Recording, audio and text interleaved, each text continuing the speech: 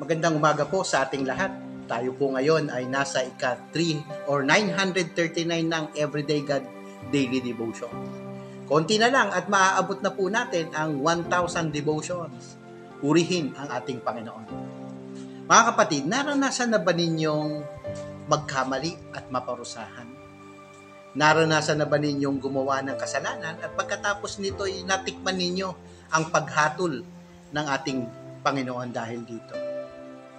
Ang bansang Israel po ay hindi nakaligtas sa hatol ng Panginoon dahil sa kanilang patuloy na paggawa ng kasalanan. Sa pamamagitan ni Amos ay naiparating sa mga Israelita ang pangitain buhat sa Panginoon. Sa chapter 7 ng Book of Amos ay tatlong pangitain po ang nakita. Una, ang pangitain sa balang. Pangalawa, ang pangitain sa apoy. At pangatlo ay ang pangitain sa hulog. Sa unang dalawang pangitain, dapat ay tatanggap ng matinding parusa ang bayang Israel. Subalit dahil sa panalangin at pagsusumamo ni Amos sa Panginoon, ay binawi nito ang kanyang hatol. Balikan lang natin ang mga naunang talata. Ang sabi ng verse 3, nagbago ang isip ni Yahweh at sinabi niya, sige, hindi na mangyayari ang iyong nakita.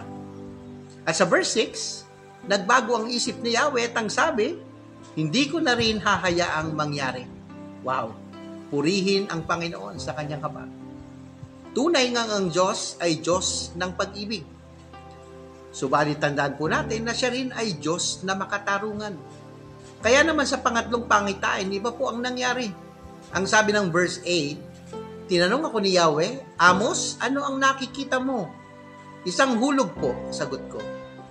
At sinabi niya, sa pamamagitan ng hulog na ito, ipapakita ko ang pagkakamali ng aking bayang Israel. Hindi na magbabago pa ang pasya ko, paparusahan ko sila. At ang sabi pa ng Panginoon, mawawasak ang mga altar ng mga sininlahi ni Isaac. Mawawasak ang mga banal na dako ng Israel. Sa pamamagitan ng tabak, pupuksain ko ang sambahayan ni Jeroboam. Hindi pumasa sa panukat ng Panginoon ng bayang Israel. Kaya naman, kakaharapin nila ang kabayaran ng kanilang mga kasalanan. Hindi po tayo makakaligtas sa paningin ng Diyos. Kaya't mamuhay tayo ayon sa kanyang ipinag-uutos.